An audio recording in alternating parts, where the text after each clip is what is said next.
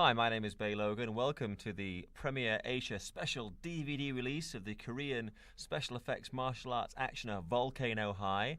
And I'm happy, pleased and proud to have with me in the commentary booth a legend of stage and screen, Mr. Sean Connery. Sean, welcome to the DVD commentary. Well, greetings, Mr. Logan. It's very nice to be here. I just want to mention I loved you in Zardoz. No, sadly, Sean let us down at the last minute, and instead I have a much preferable candidate, a bona fide living expert on Korean cinema, Mike Leeder. Hello, my name's Mike, and I'm a red muso. Actually, if he was a dead commentary expert, if he was a dead Korean film expert, we would be kind of a one-sided commentary, wouldn't it? Though I've had a few of those in the past, mentioning no names. But anyway, here we are, the opening sequences of this movie. The Korean name of which is Hwasango, which means Volcano. And the English title is Volcano High. And I've also seen a translation, Volcano High School. So I guess it's a movie that was made in the year 2001, which is kind of appropriate because, of course, 2001: A Space Odyssey, Stanley Kubrick's film, redefined special effects. And certainly this movie redefined Korean special effects movies. Would you agree, Mike?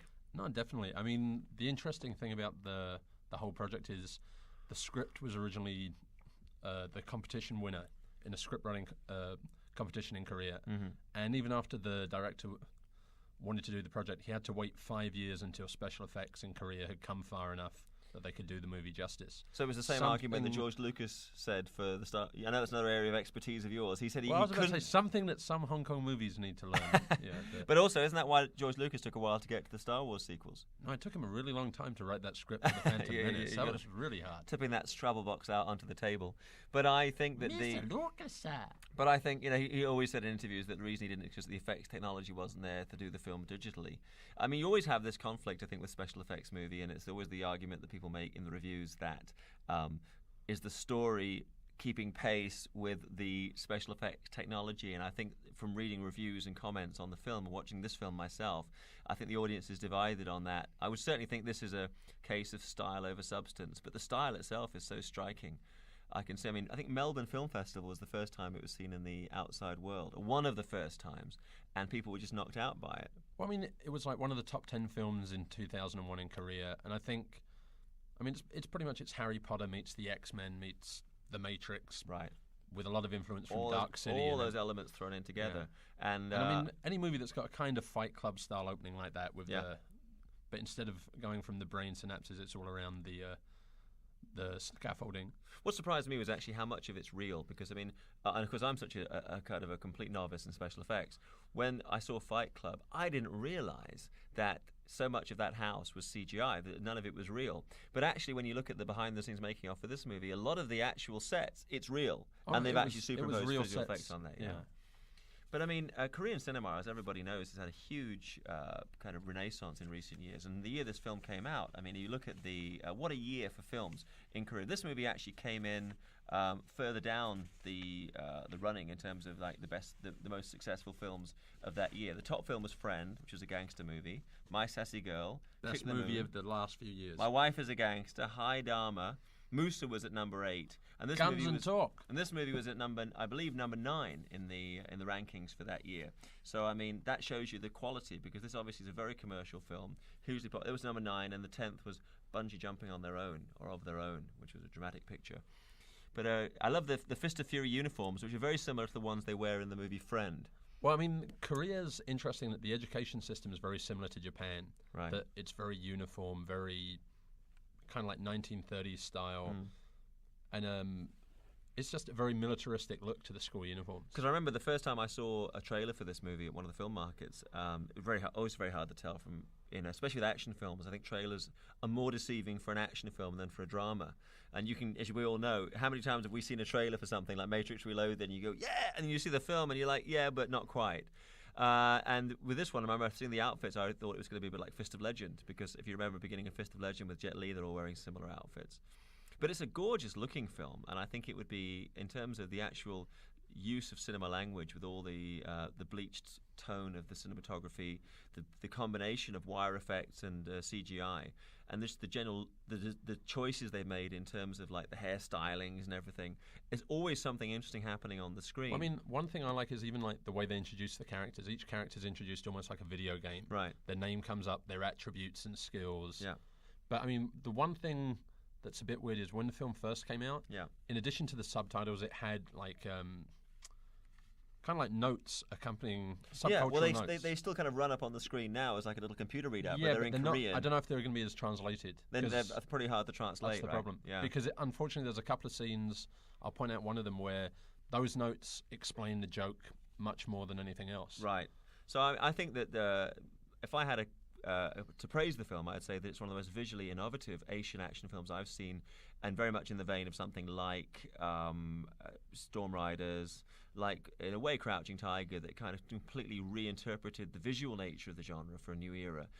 Probably, if I had a complaint, would be perhaps that the film doesn't have demand an enormous emotional investment from the audience. Oh no, because it's really playing on a cartoon That is level. the problem. I mean, it's sadly sometimes, especially the last few years in Korea, there's been a lot of that where films have been, let's make a big budget special effects extravaganza, right, and the script will be the last thing we'll work on. Now, this girl that's being introduced here is Shin Min-ah, and her character name is Icy Jade Yu Cha-yi, and she's actually was actually in high school when this movie was being made, which explains perhaps why she looks so totally believable as a high school girl. And when I first saw her without the makeup and everything, I was like, she's the leading lady, because Korea.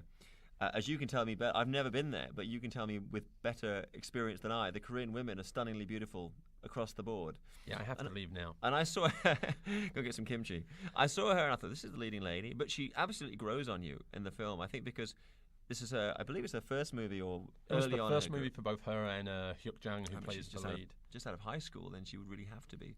And this guy also was the first. But I also love the fact that this guy is given the greatest name. His name in the movie is Hakrim, but his character is also given the subtitle of Elegant Crane in a Pine Forest. Oh, that's a beautiful name. I think if I have any more kids, I'm going to name my son Elegant Crane in a Pine Forest, Logan. Unless you get there first and do, Well, I'm not going to name Leeder. my son Logan. Oh, okay. You better not. Perhaps Weapon X. There'll be questions in the house. So we should just mention, we did see our leading man coming in there with the dyed blonde hair. Who's how do you say his name? Hyuk Jang. Hyuk Jang, right. Who currently can be seen in Public Toilet, the latest movie from Fruit Chan. Now, you see, I have a note down here, public bathroom, but public toilet, because in America, you wouldn't have public toilet. You're not allowed to call it toilet in America. Are you not allowed to, or it's just not used in common parlance? I think they just use bathroom. They use bathroom. Or restroom. It's public bathroom, yeah. And he's been in a bunch of movies, and he's also been a TV star in Korea. But this was his first movie. And also the first movie of the guy that we just saw, who's got that wonderful name, and his real name is say his name, Hwasango. And his character name, as you mentioned now, Song Hakrim. So, which means, as you mentioned, the elegant, whatchamacallit. So here we have, this was, I think, a shot that was used on the trailer, this first encounter between these guys. And it sets it up that you've got, like, of course, the hero of the piece is.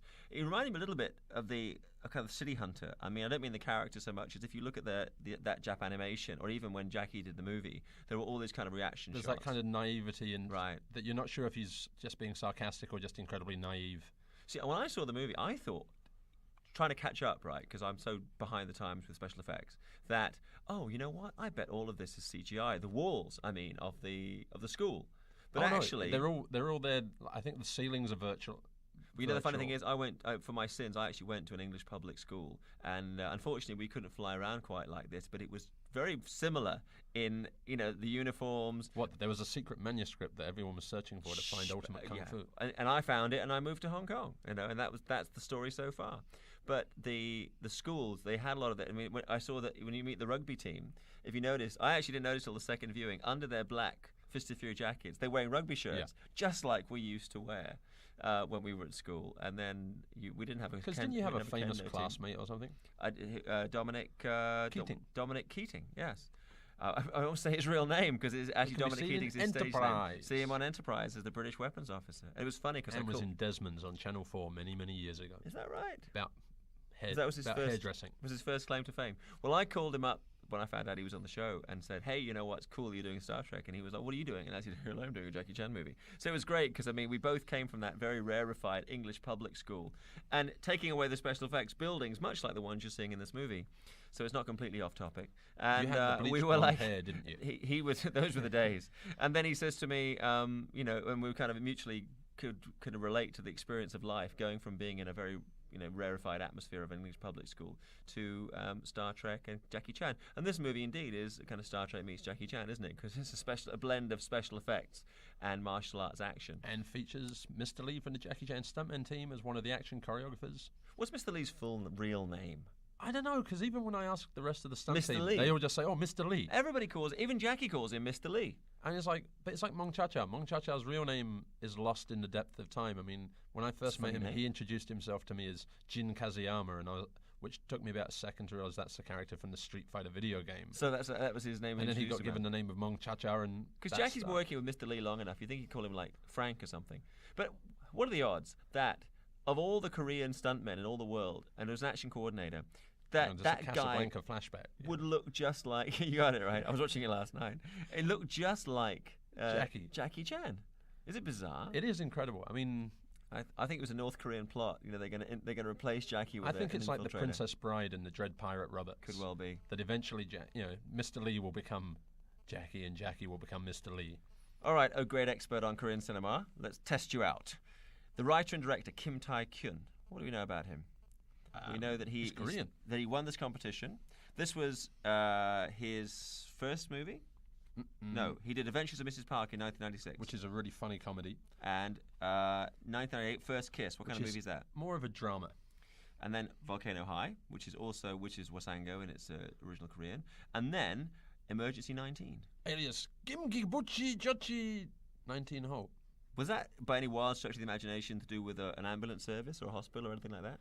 I don't know. They sent me a poster for it, and it just was like exploding ambulances and buildings, and sure. I think it's like an earthquake kind of movie. Now I know that there are actually 3 people credited with the script, of whom he is one. So I'm guessing that the other gentleman, Dong Hyun Seo, and Jung Jun Chul, writing as Jung An Chul, that these people were helping him to realise his original concept, the script that actually won him the award, that won him the prize for best script. I think he'd done the original draft, and then these guys came in to help him to bring it up to scratch. Now, because the manga or anime or the kind of cartoon or comic book influence of this is so evident, I rather thought when I first heard about the vehicle, because I think I heard about it when Media Asia picked it up, because it was like a big news. They'd spent a lot of money picking up the rights to get the rights to the film to distribute it in certain Asian territories, including Hong Kong. And I thought it was based on a Korean comic book, and in fact, which Musa was, right? Musa was? Which one was? No, Flying Warriors. Flying Warriors was. Bishinmu's a comic book. Bishinmu was based on a comic book, but this was not. No. Did it subsequently become one? There was a one-off special edition. Oh, I see. Because it's so comic book friendly with all the kind of the colours and the general style of the piece. I mean, it has that wonderful bleached out look. I mean, I don't know many. I'm trying to think of a similar American movie. I mean, I suppose something like The Matrix has got similar looks recently. But like the first time I remember looking at a movie that had got this kind of hyper reality to the cinematography was Three Kings. I think Fight Club was the first because they had that the bleached bypass, and then of course there was Black Hawk Down. And in terms of martial arts action stuff, I remember Daredevil really playing with the bleaching of some. Yeah, but the problem with Daredevil was you couldn't see the action; it was too dark. Right. I found. Well, I find that across the board with American-made action pictures that they really don't, and that's one thing that I really appreciate about this picture, even though it's not a martial arts movie per se with people showing off really complicated martial art techniques, but the action sequences that you've got are set in environments where you can really see every detail.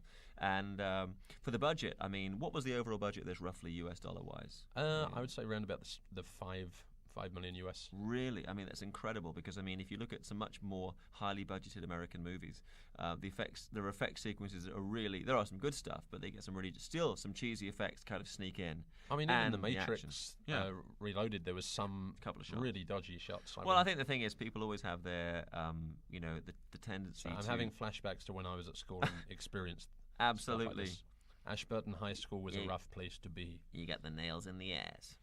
So this school in the movie has been there for 108 years, and we should point out 108 is actually a key number, like in Asian, not just in Chinese culture, but in Asian culture. 108 is a very important number. There are like the 108. That's why I live in 108 Pakong Village. That's the name. That's the number. You really? Yeah. Is it really that, or you changed the name? The number. No, of the that's house? the number of. You the went house. one night and painted it 108. No, that's a good name. We get the 108 movements on the wooden dummy. You get like the 108, 108. 8 is a lucky number anyway because it's Bat, which sounds like fat, which is good fortune. So it's 108. So the fact that this secret school has been around for 108 years, unknown to ordinary people. But then that's one aspect of the movie. I mean, none of the characters seem to have an outside life No. apart from the school. Yeah, You they don't know live if it's a within that boarding school. reality. There's no mention of families apart from Hyuk-jang mentions his family once or twice. It's a very It's almost a very Matrixy kind of thing. It's almost like they're living in this hyper-realistic world and their real bodies are in like a pod somewhere. I mean, that would be that's not an element in the plot, and you never see that, but it would be totally believable were it so. This guy Sora Kim is just one of the. He's the Rock, isn't the he? man. He is. The I mean, bomb. he's in Bishinmu in a supporting role. Right. He's the main villain in The Foul King. Yeah. He's in a film that I really enjoyed called High Dharma. Oh, yeah, AKA he's Let's good in Play that. Dharma. He's very good. Attack the Gas Station, which is just and by he's the also title in alone. Fun Movie. Now, I haven't seen it, but you rave about that That is movie. just. I've If got you're to a check fan it of out. Korean movies, Fun Movie is just. So Fun Movie Wong is a movie. Jing's. Imagine a Korean Wong Jing movie. Yeah. And then the maddest thing is that the company that produced it, when they released the DVD, on the DVD they have the original scenes from the movies they're lampooning as well. Wow. So you can compare them frame for frame. So the people didn't mind being spoofed then? No, I mean it was. What it was- movies are they spoofing? They spoof This one? Shiri, The Foul King. I think they briefly Reference spoofed this one being an easy one. Bishinmu. This kind of looks like a spoof in itself, though. Every major Korean movie, Friend. Right. But he's actually, this guy's a really, I mean, you don't get to see his physique because he's always wearing these jackets, but he's actually built, apparently. He's very, Oh no, very I mean if you muscular see him figure, in and The Foul King, where he's fighting Sun Kang-ho. But this film, I think, completely does away with any misapprehension you might have in England about Asian inscrutability. This must be the least inscrutable movie in the history of cinema. I don't think. There's one of the teachers we see a bit later. He's pretty damn inscrutable. But these guys are about as uninscrutable as you could get without, spontaneously combusting. Yeah. And but I think though in some ways that's part of the fun of it, that it completely throws away all the traditional ideas and concepts everyone's got. Now, our leading man, Jan Hyuk, is actually not a martial artist. None of them are. But, I mean, he was in school a gymnastics champion and also a middle distance runner. So at least they found somebody in good shape. And he had, kind of 3 months of training before they start. Everybody always seems to get 3 months of training. Is that that's the set period? Like, how long do you need? 3 months. Yeah, like in the old I Kung heard Fu Donnie movies, it say was he 5 only needed years. 2 days to train the twins. Well, that was the twins, and that was Donnie. I think ordinary people need Us 3 months. ordinary training. mortals. Isn't that how long they got on the Matrix? 3 months. Something I like think that. 3 to 5 For the months. first movie, yeah, mate, yeah. First one was 3 months. So they did Charlie's the same Angel was here. 3 months. This guy, you see the guy with the orange hair. He was actually, at the same time they were doing this show, he was doing a TV series where his hair had to be black. So the poor bastard, every night that, after we had to go from one set to the other, he'd have to spray paint black, red, black, red. If I can just interject. Now, Go this ahead. is one of the things where the cultural reference doesn't catch on. Okay. Now, the character played by Sura Kim, his character's name is Ryang, Right.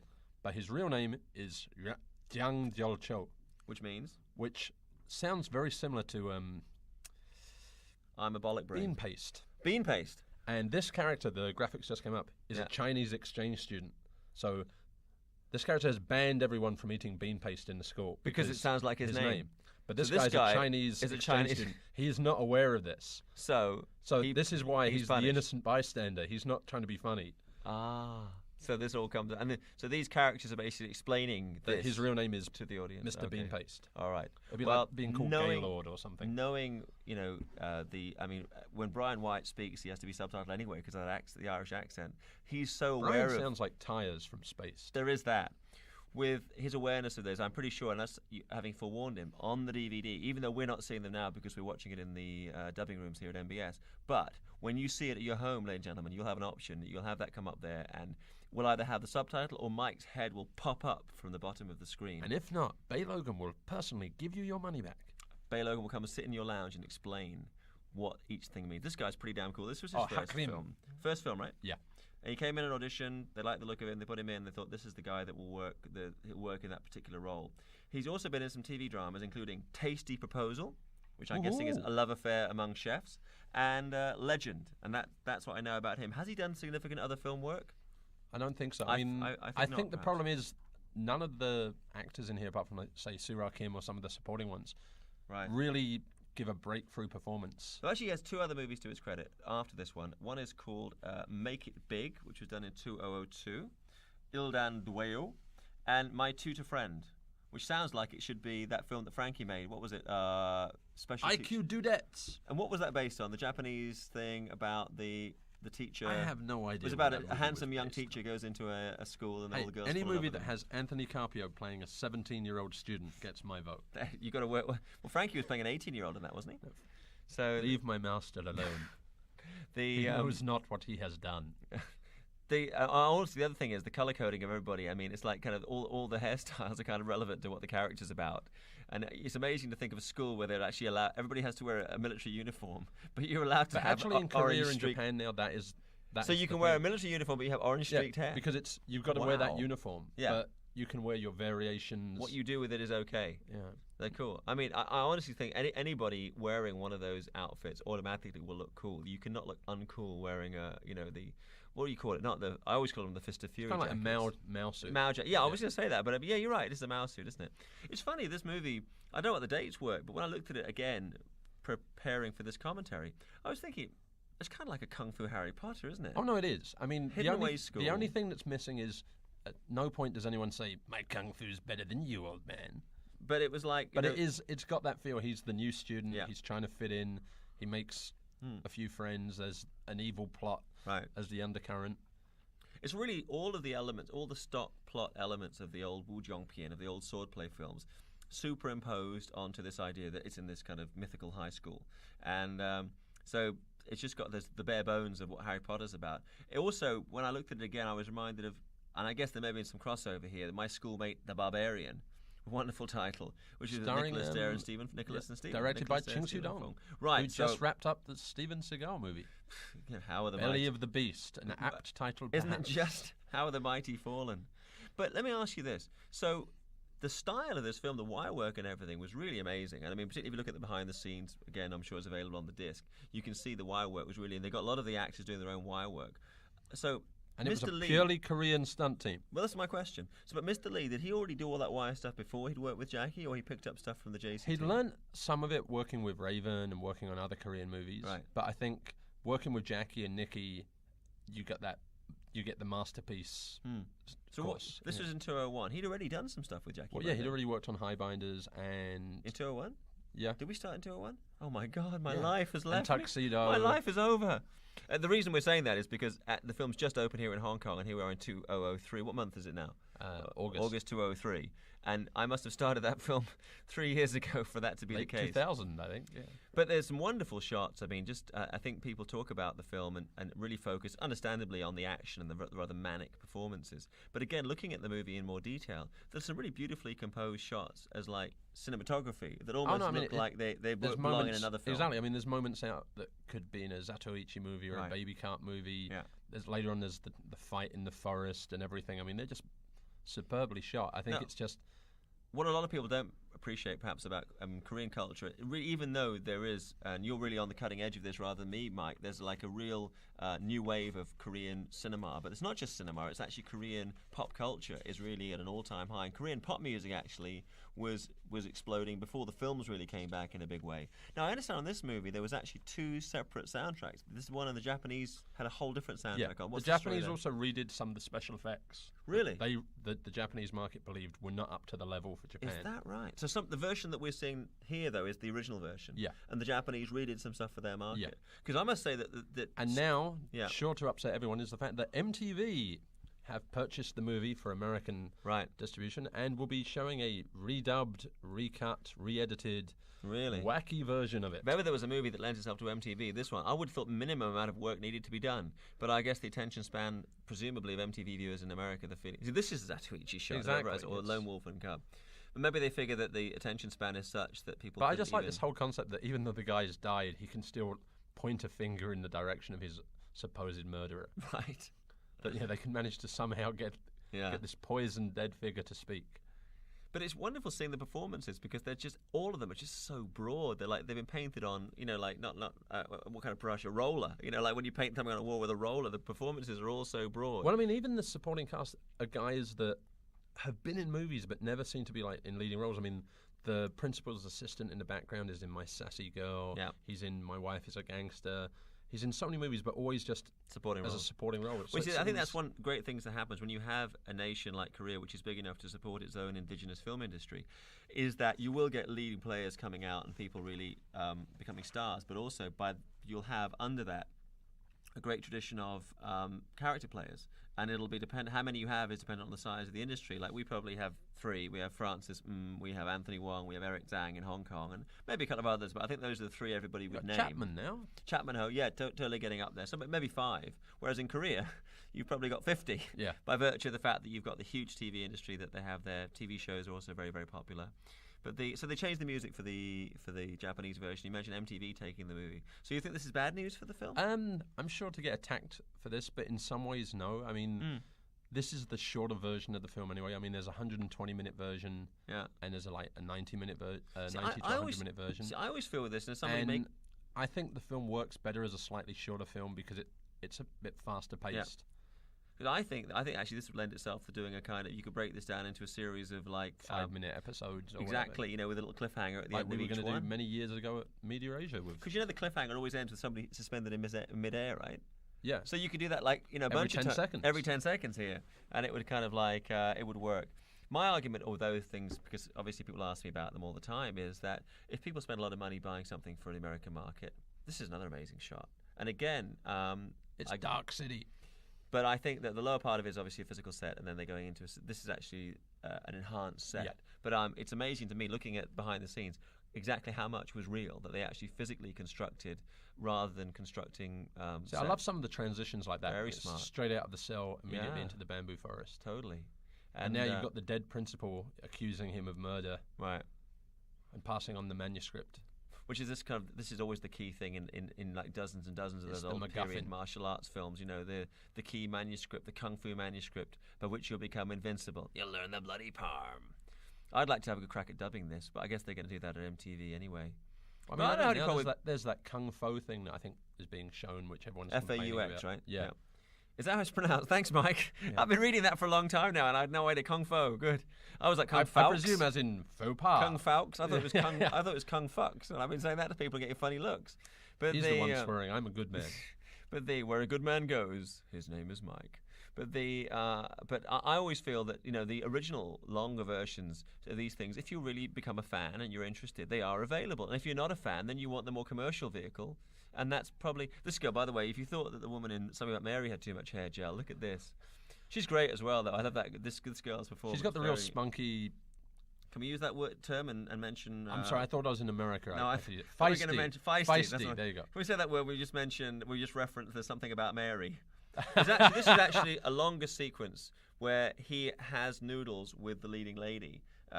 Shimina, and then that was cut out. If you look at the deleted scenes, you can see that's a longer scene, and then it goes into the big kabong kabong.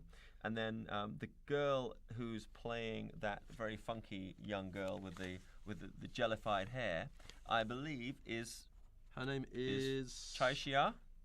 I think so. He's taking a stab in the dark. Shaidachi playing Yomi, right? Yeah. Who's also been in for God's sake. And Nyon Sakioro Nyala Jidara. Yeah, that's just what I was about to say. Turning into Indonesian there. There you are.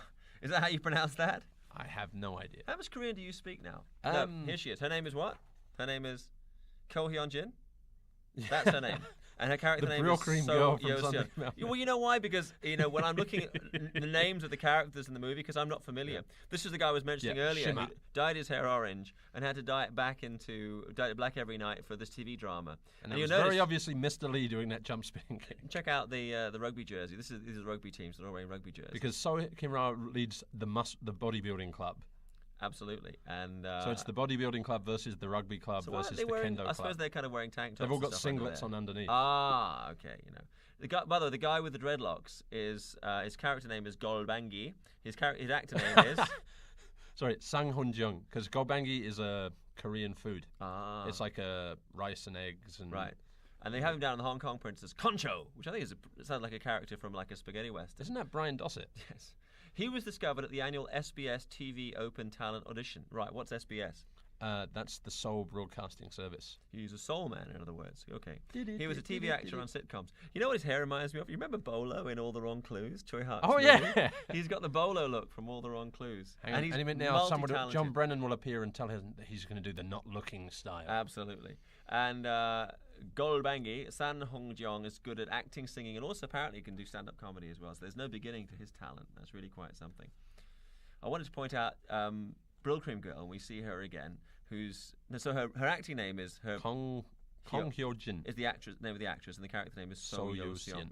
And she's been in a bunch of movies. Liberame, which is she's going on the left of the screen. That was the name of it.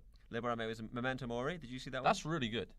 Guns and Talks. That's an excellent movie. Memento Mori. What kind of movie is that? It's a supernatural thriller. Guns and Talks. Guns and Talks is very much the big hit. She plays female office worker. It's a fantastic movie, though. Surprise 202, otherwise known as Inju. Haven't seen that one. Emergency 19 we talked about. How about Conduct Zero or No Manners? That's about your son Ryan. Okay, if you can answer, I'll actually get you a fresh load of sushi if you can pronounce the name of the movie she made in 202. Take it away, Mike. Chieliat Bnyan Aniwa Paramanyan Nampion Gilgo Taekwon Sonyi Go Go Go. Otherwise known as Taekwondo Girl. I prefer that title. It's a bit easier. Kind of trips off and the tongue. And a bit more catchy. By the time you've asked for your ticket, what movie you want to see, sir? By the time you've said that, the movie's over.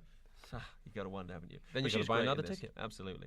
It's a box office potential. But this girl, our leading lady, really kind of impressed me because she's so fresh. Shin Min-ah. And she's got that real fragile beauty. Right. It's really described as the flower of Volcano High.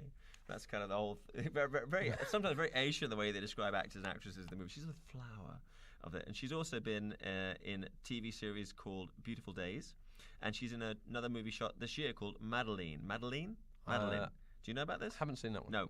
And her translation of her name, I believe, is Icy. They all have these names Icy like Girl. She's the Icy Princess. Icy Jade Swordswoman. So they all sound like characters from 21. This is a great shot. I just love the way they walk away. Yeah. Everybody's like. But I just love the way there's all these transitions that everyone's getting into fights now to get the supreme power and also to recruit Jung Hyuk to join them. Right. They've all got convinced that if they have him, he will. Because it's like lead their team into victory. Some of these old Shaw Brothers movies that Celestial bringing out on DVD now, and you get like the ones made by Gulong, which are like I call them the clan fiction.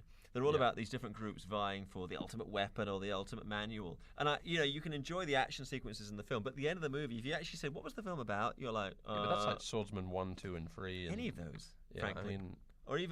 That was one of the things. I mean, the last commentary we did together was Musa. I mean, one thing about Musa is you know exactly what the film's about. Exactly. There's a group of warriors. Right, they're taking the woman from... They're trapped. Right. They're trying to retrieve the princess, but some of these movies you just get lost into the demon clan versus the dagger clan versus the evil clan, the leopard clan. Bitch and Moo, I got no idea, what that was about. If you asked me at gunpoint, if I had to go to court and testify, what was the film about, Mr. Logan? I've got no clue. I plead the fifth. So, what is the director? Do you happen to know what is Kim Tae-kyun working on now, as we speak? That I don't know. I think they're waiting for the emergency 19 to come out, right? Because I don't think it's been released yet. So now, with this film, because I say only, I mean, in one of the strongest years in the history of Korean cinema, this film only came in at number 9. Was it sufficient of a hit that they would do a sequel? Oh yeah, I mean, Korean box office is. So it so lends itself to a sequel. It's made in 2001. We're already here in 2003. How come there's no follow-up? The same way Bishan Mood, there's not been a follow-up yet. Well, why is that? People looking for the right project, the right script for it. Right. Like with Bishan Mood, they had a lot of accusations because they trimmed so much of the storyline that the director said he doesn't want to do another movie unless he can really do it justice. And now, I mean, the Bishan Mood director's developing a movie that's kind of similar themes to Bishan Mood. Right. So, yeah. Yeah, I mean but then you think even with some Hong Kong movies, there's been that there should be a sequel, and then there hasn't been, and then other movies like The Young and Dangerous or just go what are those ones that Herman Yao said, The Deadly Night or the Troublesome Night, like Raped 19 by, or something, by an angel or whatever they've got to. Yeah, but I mean like Troublesome Night's up to like number 19 or something. You mentioned I think one of the great saving grace of the movie is the cinematography by Young Tok Choi. And is he a well-known cinematographer in Korea? He must be, surely. If he's not, he ought to be. No, I think this film especially really... Yeah, this one is gorgeous-looking movie. Because, I mean, they did the bleach bypass. They went back and adjusted frames, like earlier when Jung Hyuk sits on the nails. Yeah, and he gets the colour just in his skin. I mean... Was there another making of? Because I looked at the making of stuff on the Hong Kong disc, and what was missing that I would have loved to have seen. There's like a lot of fly on the wall stuff. I'd love to have seen them actually talking about the movie, but I didn't see a lot of that. Have you seen a version of it with that on or not? It's one of the things, but it's as I do from like Highbinders. I mean, Strike the Medallion or Twins, that it all gets shot. Yeah. and then somebody else decides, oh, nobody wants to see that. Right. I mean, right. remember with... you mean in terms of the making of? Yeah, I mean, even remember with My Story. Yeah. When you first came into that, yeah. everyone was almost afraid to let Jackie speak. Everyone was like, just show clips, don't get him to speak. Yeah. This has got, I think, one of the best sight gags in the movie. That guy goes back, he does his great reaction. And I love the colours, by the way. I love the colour choice. That's a great wire shot. Isn't it fantastic? That's just superb. And on the making of it, he did quite a bit of that himself. Yeah. But this shot, and then the one that always cracks me up is just coming up. Wow. Look at that. Yeah, he's been channeling that cheat. I also like the follow-up here with the guy. Where that's what I'm talking about. You know, it's such a great shot because she plays it so well. She's so deadpan, and he gets. She's got such a typical Korean face. So many Korean girls have got that feistiness about them. So, and another thing that can't be underestimated about it is the editing, which is by Im Pyo Ko, and it's very innovative editing, very smart editing to the film, and it was interesting. You know, remember the Hulk came out, people talked about the fact that Ang Lee had kind of transposed a lot of the aesthetic of a comic book into the editing process. I actually see the beginnings of that here with all the flashcards. Oh no, I mean, I think exactly. I mean, the director said that he made this film for the generation that grew up surfing the internet. You know, 1 second you're reading the news, then you can go to a discussion board, then you go shopping, then you go to a chat room, then you go to download a music video, then you go somewhere else. But I think that's also what frustrated some people, because the mood in this movie changes so much so rapidly. Right. But I love this sequence coming up here. I really enjoyed because it's got this kind of like she really kind of comes in and dominates, and she doesn't really do anything. I also like costume choices, something that's really interesting. If you look at everybody else in the movies wearing the button up, she's the only one when she wears the Icy Jade wears her jacket, the top button is done up and the rest is kind of hanging down. It's kind of like LA. It's like the LA gangbanger style, and she has the sleeves rolled up, and it's just detail like that. Art direction on this movie by Yeon Young Jung and Kyung Hae Kim. And this is these are kind of the invisible talents of cinema, because I think if they're not present, you go, my God, they're like a cheap movie. But here you look at it, and just the choices of colours of the different characters. I mean, the fact that you have this kind of red hakama here in the that is so brings that character to the foreground.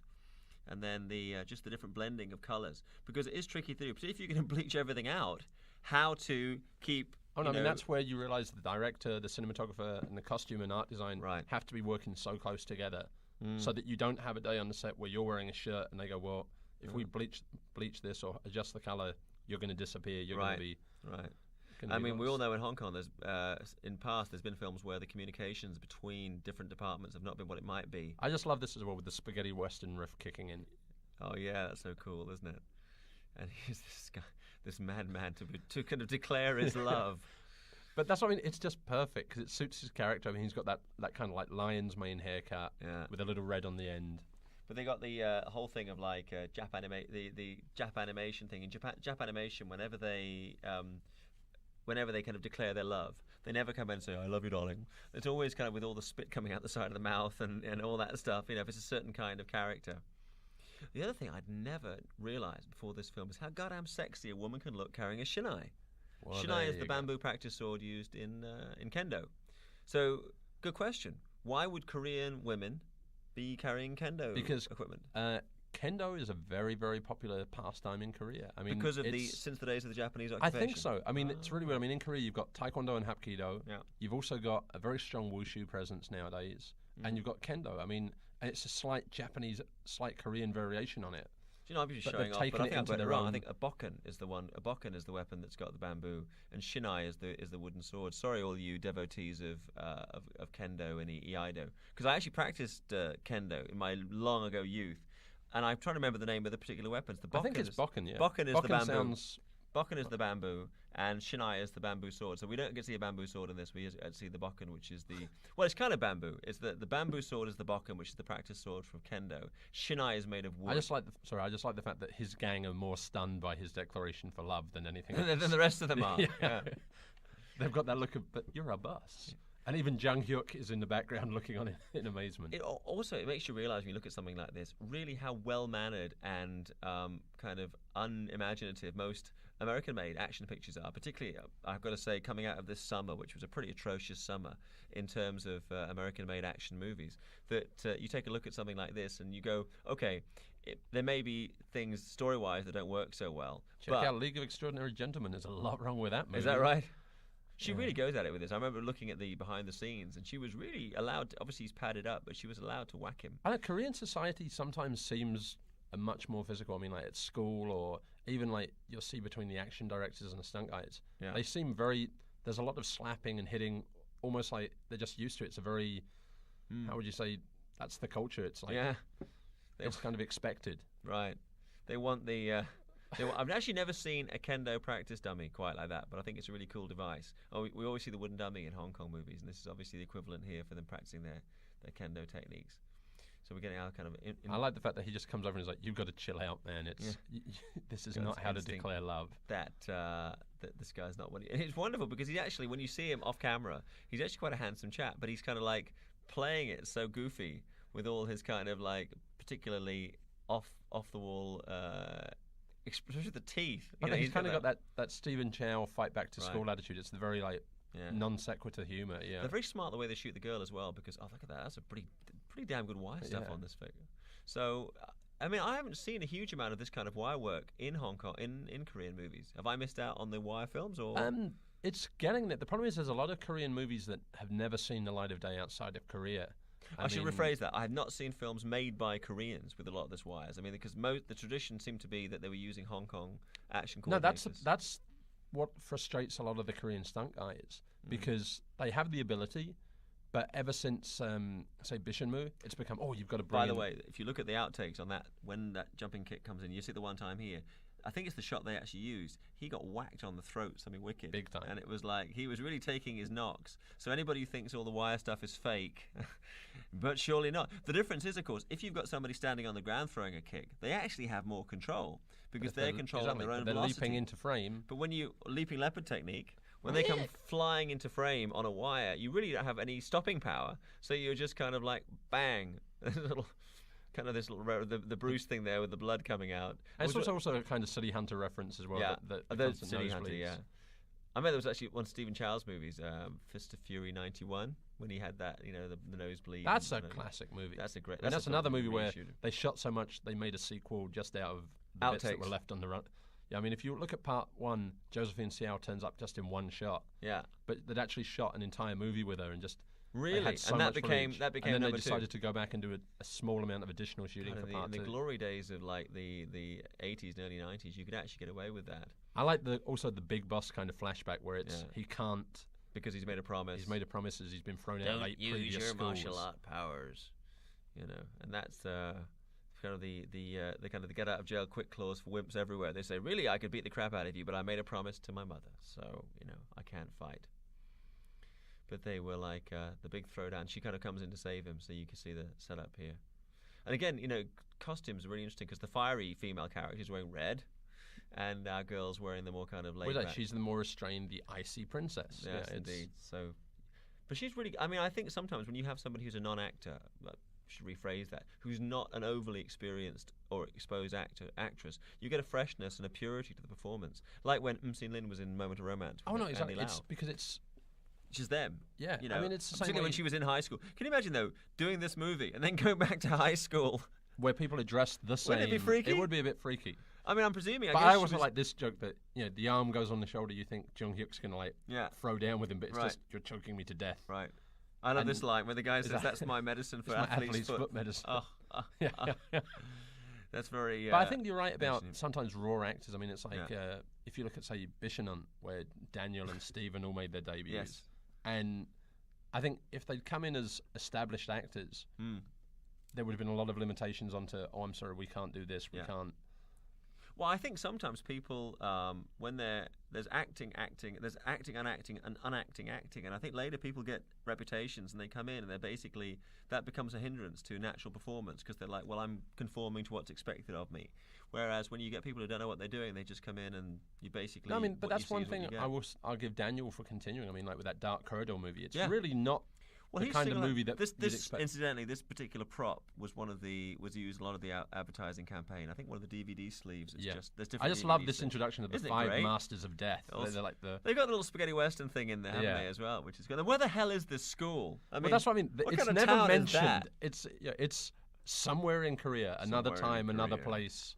And indeed, and they're the five masters of discipline. Yeah. which is like, is the key numbers? There's always like 5. Exactly. The 5 masters. The Savage Death. 5. Exactly. This guy looks great, by the way. I like the fact that he comes in as like, I'm here to teach you. His Korean name is Hu Jun Ho. His character name is Ma Bang Jin. And he is the maths teacher. Of course. I mean, you know the maths teacher is going to be evil. Now, if it was the economics teacher, if it was Mr. Barlow from Ashburton High School, many people would run in terror. He's been in some other films which have interesting titles. He's been in a film called Terrorist. Yeah.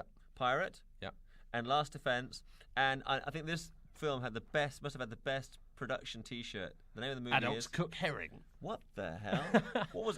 First of all, that there should be a film with that title. Secondly, this guy was in Hong Kong. I mean, Miriam Young's movie, Dummy Mummy Bummy About the Baby. Come on, Dummy Mummy Without a Baby is a better title than Adults Cook Herring. Adults Cook Herring sounds like a Monty Python sketch. Yeah. I just like the fact that when they're all searching this, they're dousing. There's one guy up on the roof. Yeah.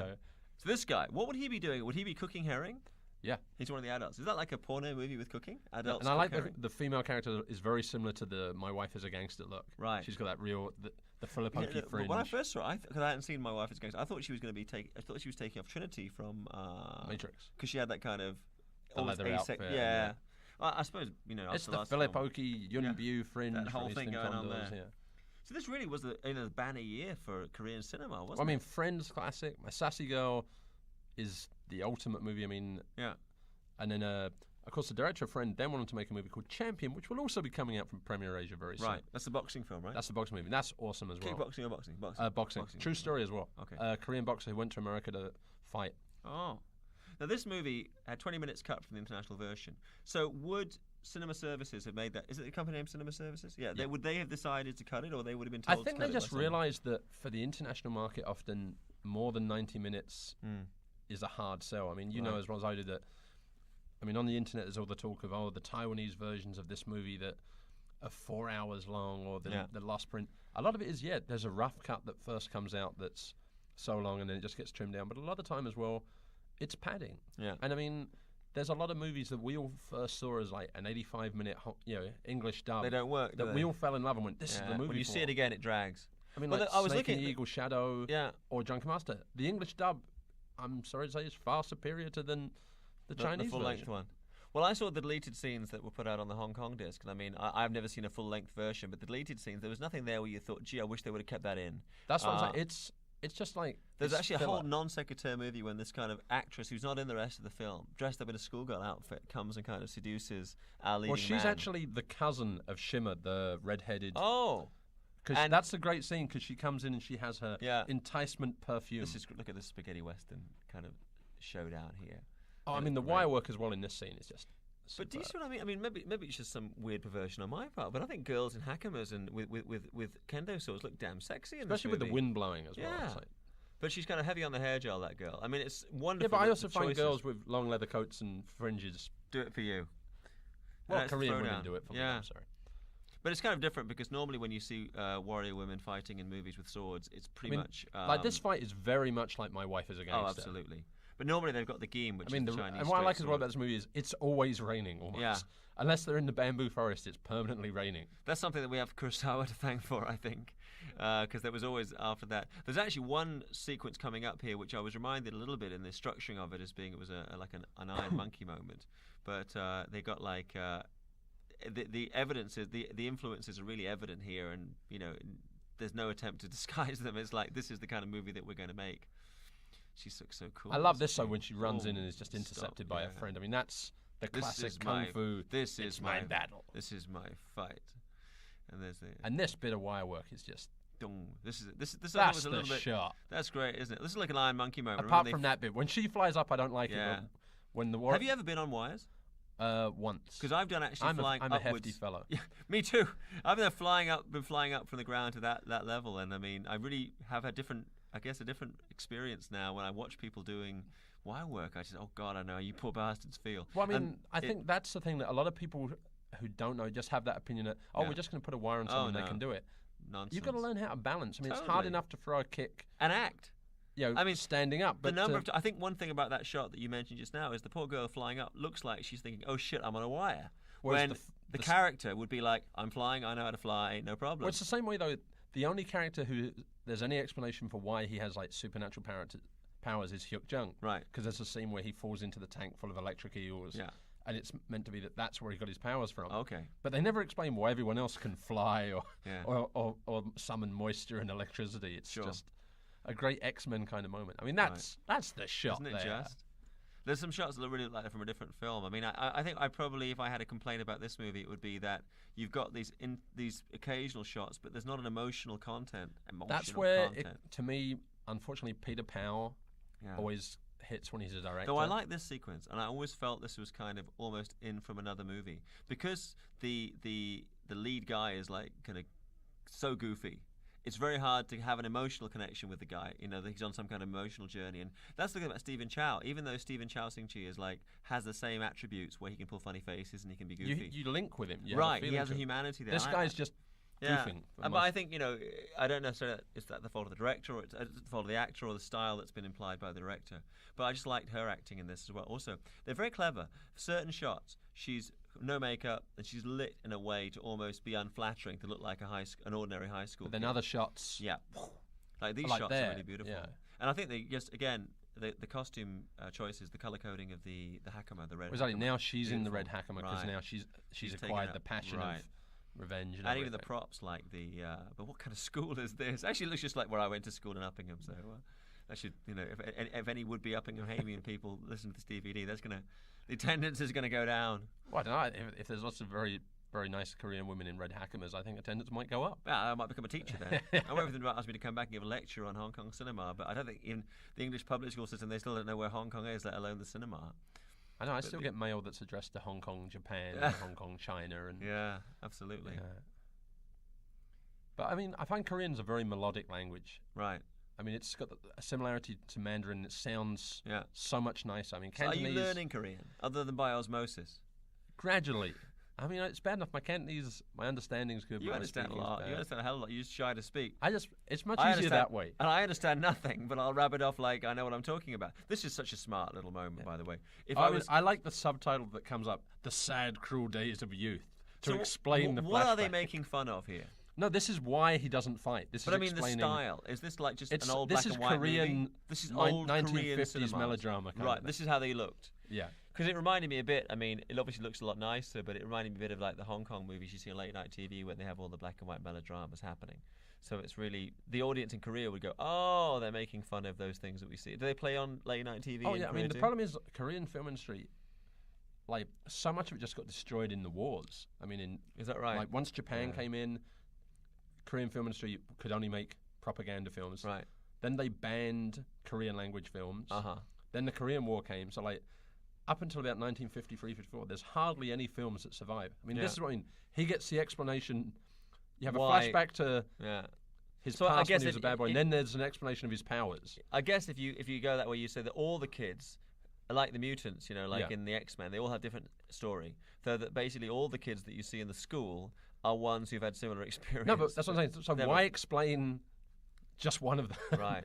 At least in like the X-Men movie, you're like, okay, these are the new characters. We're explaining it. Yeah. And then you just mention, everyone else is a mutant as well. Actually, the other thing, I suppose, in terms of having like a school for gifted children who've got secret powers, it is kind of an X-Men oriented thing. How popular are Marvel comics in Korea? Like, are they aware of the American comic books? I think there is. I mean, because there's still such a big influence from the American army and everything. Yeah. And American culture's still very big there. Right. But because the hip hop thing is really, I mean, this movie is very hip hop, I think, and I mean the hip hop craze in Korea. I was really amazed. I remember it was Donnie's sister said to me, "Oh, they're really hip hop over there." I'm like, in Korea? No, it's easier to rap in Korean than I think it is in Cantonese. Do you remember this line? Middle of the night in Korea. Jackie describing in my story why he left Loe, and he says middle of the night in Korea. But because he told me, Jackie was saying that when they were making their movie, shooting on location in Korea, that they'd be like, oh, over the hill, there's a Korean company making a movie. And they were going to laugh at them. Yeah. Not now. No, not because now. But I think that's unfortunately where things have happened. That it's been that terrible for the longest time. Korea was like that. I mean, there's so many Korean movies that just were never released outside of Korea. Right. Like at least Hong Kong movies used to get Malaysia, Singapore, Thailand, whatever. Korean movies just used to be Korean only. I mean, like all the guys that everyone thinks retired, like Kazavar, Dragon Lee, Wong Jun Lee, etc. They've all made a hell of a lot of films in Korea, and just no one's ever seen them. Overseas market, right? I mean, in some cases because they're terrible. Yeah. I mean, Well, I've seen very few. I'm hard pressed to think of a Korean movie I've seen which has. I mean, oh no, My Wife is a Gangster, which has Hong Kong style action, as in action that somebody who likes Korean Hong Kong movies would like that picture as well. And I think maybe that's one reason that Korean cinema is taking a while to get mass appeal worldwide. Unlike Hong Kong I think also cinema. because Korea. This is the nearest thing, by the yeah. way, that we get to some real martial art technique. And actually Korea's never really had to subtitle the movie. This is kind of very similar to Snatch. You know, when Brad Pitt gets hit and goes into the pool. Which was made first? I think Snatch came out first. This is cool when they go into this kind of the other world. It's the Matrix now. It's the Morpheus training scene. Yeah. But I think also one of the problems was that Korean films, I think, are randomly subtitled in English. Whereas like in Hong Kong... How do you mean randomly? You mean that not all Korean films are subtitled? Or so some are, right? Yeah, so I mean, whereas in Hong Kong it used to be you had to subtitle your movie in English. Yeah.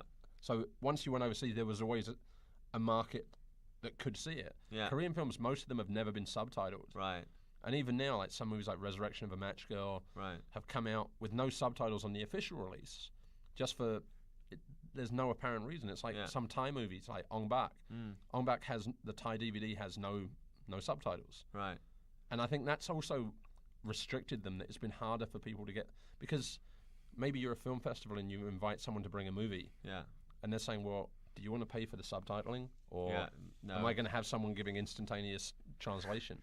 Well, or do the kind of the old Thai style used to be. They have one guy at the front of the theatre reading out something in Thai to kind of explain what was going on the screen. Dragons Forever. Remember that tape? Yeah, everyone had that tape. God. I think. Everybody had my tape from Thailand of Dragons Forever with a guy at the front of the theatre yelling out in Thai what was happening on the screen. And two guys eating popcorn next to the camera. Those were the days, the glory days. You don't have that anymore, do you? Pirate DVDs have become, in some cases, even more clear than the official releases. The scary thing is in China now, if you get DVD 9s, they have all the extras. It's very worrying. That is kind of scary. Yeah. So, the other films in development now, which are in similar style to Volcano High? I'm not sure. I think now Korean films are going to take a change again, because there's been a whole series of big budget disasters. Not necessarily the movies bad, but just the marketing failed. I mean, there was a science fiction movie yesterday. Yeah. Big budget, epic. That's the name of the movie? Yeah. Yesterday? Didn't make movie money. The Resurrection of a Match Girl. Right. Very ambitious. What kind of movie is that? What's that? I have no idea. I've watched it repeatedly. And you couldn't figure out what it was about? And it's also got like 7 different action directors. Ridley Choi directed some action. Yoon Dak directed some action. Kwok Choi directed some action. Yoon Ban directed some action. Korean guys did some action. Ma Yuk-sing did one scene. And the problem is, all their styles are very obviously different. Yeah. So there's no cohesion. Match Girl's like a weird video game. Sorry, just want to mention, this uniquely, wonderfully designed water pipe. So there's actually another deleted sequence that began here after the leading man's been beaten up, and he sees one of the masters with a chicken. Remember the chicken scene? That was a deleted scene with the chicken. And it kind of set up a bit earlier in the piece that somehow the salvation would come from water. And also from him, because it's the master, the principal who got killed. But again, I mean, I think it's one of the wonderful things about production design, because you don't notice it unless it's absent from a film. But just, you would never get water pipes like that necessarily. No, but exactly. Somebody sat down and that's why it came in with a very visual style. And it's interesting looking at the actual geography of the exterior of the school, because it's actually very... I mean, even the framing, I mean, it almost looks like the guy in the background is a back projection. It's because it's so bleached out. Totally. But the actual geography of anybody who's been to a public school of this nature, I mean, the actual geography of the school is very real. And I think that they're trying to find a few hooks there where you actually do pin it somehow into a vaguely real world, not taking it completely out into fantasy. What was that movie? There was one Korean movie I saw. I think it was with Leon Lai. It was a martial arts piece. Dream of a Warrior. That was out there somewhere. That killed that company completely. That company... I didn't think they allowed you to smoke that movie never even made it to video or DVD in Korea because the company just disappeared. Are you allowed to smoke that kind of stuff in Korea? I don't know. I was watching the film and I was going, what were they on? Well, you know, maybe some Korean substances yet undiscovered. I mean, this scene is the weirdest lead-in of how to get a guy and a girl together. Right. The shower sequence. But there was actually a very smart shot that comes up after this that is almost incidental, but I thought was really clever. Looking here, right? Let's just talk through this. She comes up, and then we establish, you know, one's the guy's room, one's the girl room, boom. That's kind of almost her POV. But then, the reverse, she steps into her own POV. That's actually really I thought that was smart. excellent. Very clever. I also like the storytelling. fact that the guy who set it up is standing And in then the she ladies' goes toilet, back, yeah, and so steps we into haven't the we haven't shifted. We've stayed on this exact same structure of the shot, and she looks across, and then she goes in. That's what and then this big fake out. It's her naked in the shower, and it's him. Yeah. And half the audience, or more than half the audience, is going, "Damn, this really is where Storm Riders comes." I mean, the Storm Riders. There is a lot of influence from comes Storm Riders, from manga. And I think that's why a lot of people did think it was a comic This book. must have been like a tough scene for this poor guy to be in there and doing like a kind of butt naked sequence. And if you look at the behind the scenes, I guess it's going to be on the DVD as well. Probably got a dancer's belt on or something. Absolutely right. Yeah. But what I think is funny is that in America it would be the normal. I've got to do a shower scene or something. I must go to the gym for a couple of months to like get really buff. Actually, you do see him. He's pumping up using one of the weights they use to hold the lights Yeah. down. By the way, you've been to Key Club. Yeah. That what she's wearing now. You see a brief. That's exactly what they wear in Key Club. That's what the waiters in Key Club wear. So and it looks great though. It's a really It's a good style. Yeah. It's funny because Key Clubs are, I guess, is Chinese and there's more kind of like. And now the guy changes it back. Yeah, bastard. Why not? He's trying to get them together, right? Exactly. See, that's why he's got that tear in his eye. He knows that it's salvation if the two of them get together. Oh, I see. So it's like, Jade. You know what? I'm glad I've got you here because when I watched the movie, I guess I was, not focusing enough. I thought it was kind of like they wanted to embarrass him by putting a girl in there at the same time. No, but it's his friend, so it's not a gag. That guy is on the weightlifters team, but he's kind of bringing them together. He also admires Jung Hyuk for it. Okay. It's so incredible the way she opens the door, and then she looks back through the door again and sees this going on here. I think this is great. I mean, this That's is what on I the can say level when with the the Japanese effect shots that you announced, see. "Oh, we're going to redo the special effects." I was like, what? Why? Why? Exactly. I mean, redo the special effects shots in Godzilla, perhaps. You'd think, right? Yeah. Well, I've seen some. I think that CGI can really be the emperor's new clothes because people say, "Oh, it's got amazing CG," and you look at it and go, "Yeah, but you're kind of critiquing it as CGI." I mean, that's one thing I liked about Bad Boys 2 and even Fast and Furious 2 was that it was real action most of the time. It wasn't CGI for the sake of CGI. There were occasional bits where, okay, we're going to go to CGI because this would be far too dangerous. Right. Although Bad Boys 2 should bear a very big thank you to Jackie Chan's police story at the end of the movie for stealing the entire shantytown sequence.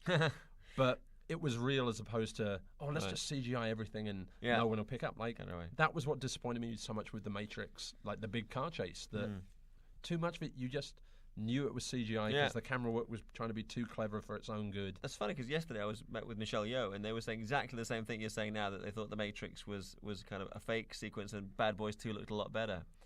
But she mentioned about the girl here, Shin Min-ah. She also, there's a connection with Hong Kong. She did a MTV with Wong Kar-wai some time ago. Wong Kar-wai's done a lot of MTVs for... Do you happen to think which artist that was for? I'm thinking how long ago it could have been because she was in high school when this was being shot. No, but Wong Kar-wai is always done that and gone off and done MTVs. Another fake out again. You think they're going to kiss and... She sneezes. She's just no way would you see that. Well, maybe you would in American pictures. I always but say then that. they'd have the big kiss anyway. Yeah. And her laugh afterwards is so natural. I mean, it's not like a movie star, I'm looking pretty laugh. It's very kind of and then the real transition thing. through the water again. Yeah. But no, I mean, Wong Kar-wai's gone off and done MTVs for a lot of people. I mean, he did DJ Shadow a couple of years ago. Well, it's funny, though, because, I mean, there was a whole thing about he was Which doing is a why commercial. I think 2046 has taken so long, because he keeps going off and doing other projects. There was a long interview about, like, Wong Kar-wai doing a commercial for some product. At the end of it, it says, it was actually shot by Wing Shah, who's a prominent local photographer, under the guidance of Wong Kar-wai. And I'm like, I mean, full respects to Wong Do-yin, who's a great director and who I had the honor of working with for one day on 2046. But it's like, to me, if I hire Wong Kar-wai, I kind of want him there behind the camera. Maybe that's just me being old-fashioned. I think Wong Kar-wai is turning into Wong Jing. Just that style of... Look at that guy in there. Who's that guy? I know, he's just the man. Right. What a great face. He's got the look and the hair and everything. He just looks the part. It's brilliant. They got really... I mean, I think that's another thing about this movie that really works is the texture that you actually have supporting players who don't really need to say or do anything. And also, while I say, even the weightlifting club, none of them are actually really well built, if you know. It's like they're fat or they're skinny. Yeah. But they look like a real weightlifting club. It wasn't the American idea of, let's have everyone who's just come out of Gold's Gym. And even though they're meant to be at school, they've all obviously spent 20 years pumping iron and steroids. They put Frankenstein and the Golem's there in the not Golem, not Golem. Frankenstein's there in the background. They... but these are sports they would actually play in a Korean school. Exactly. Judo, rugby, kendo, bodybuilding. These are the actual sports they do. They play rugby? Yeah. Wow, I wouldn't know that. Goodness me.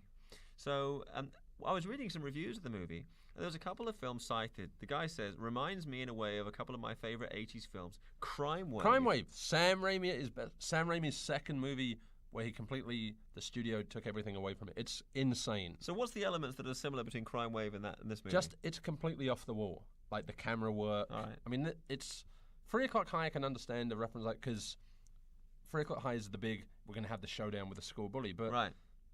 That's about the only thing I'd reference. Crime Wave I can understand for the mad camera work and some of the reactions. But how about 3 O'Clock High? 3 O'Clock High is just a guy is going to fight the school bully at 3 o'clock. It's like high noon in school. Oh, okay. But I wouldn't. I mean, Crime Wave I could understand the comparison, but not really 3 O'Clock High. These guys on the news groups, if any of them could get a date, they wouldn't be spending quite so much time analysing films. Some of the stuff you read, these guys go on about, like they get these kind of really kind of like obscure links, and you're like going, yeah, well, it really doesn't. To me, what matters is, does it affect your enjoyment or your understanding of the film?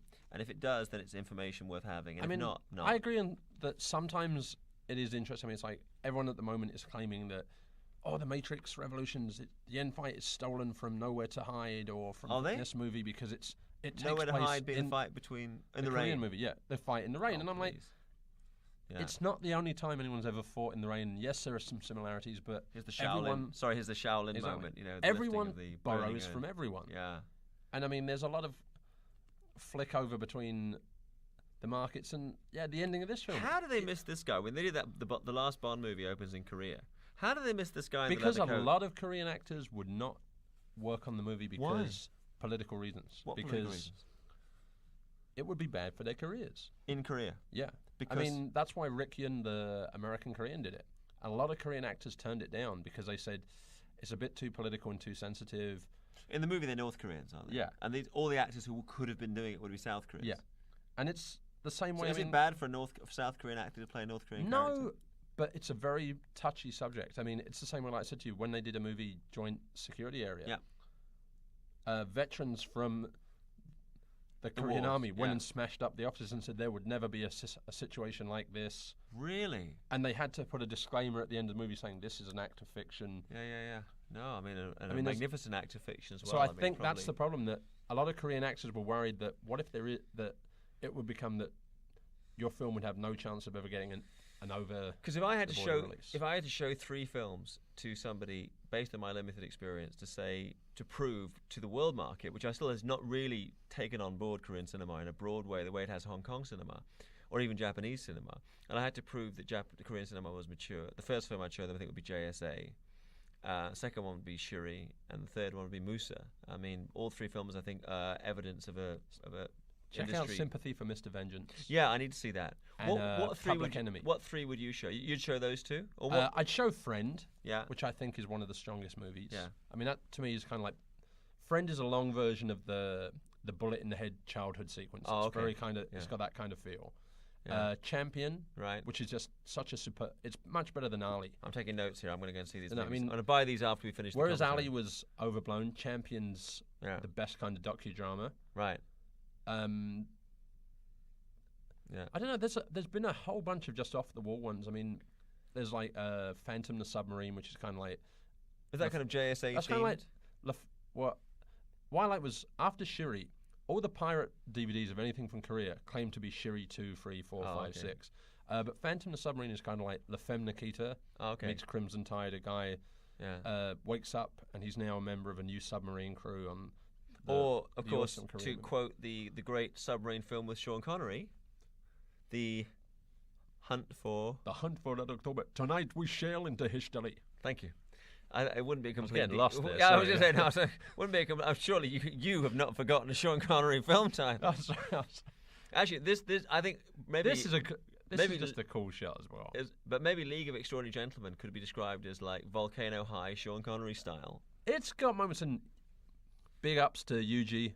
You're the man for doing the action on the film. Now, for those people, Yuji Nagaguchi from Alpha Stunts kicks ass with the action in that movie, and for having a Bollywood star whose name escapes me, playing Captain Nemo, accurate to the book, and letting loose with some major martial arts. So it's very good. Double whammy, thumbs up. Also, Peter Wilson for doing a very good Sean Connery impersonation. That film hasn't actually opened in Hong Kong yet, Mike. Yeah, hasn't it? Anyway, Oh dear! I really like that. Then why did you give me a why is DVD of it, mate? Yeah, right.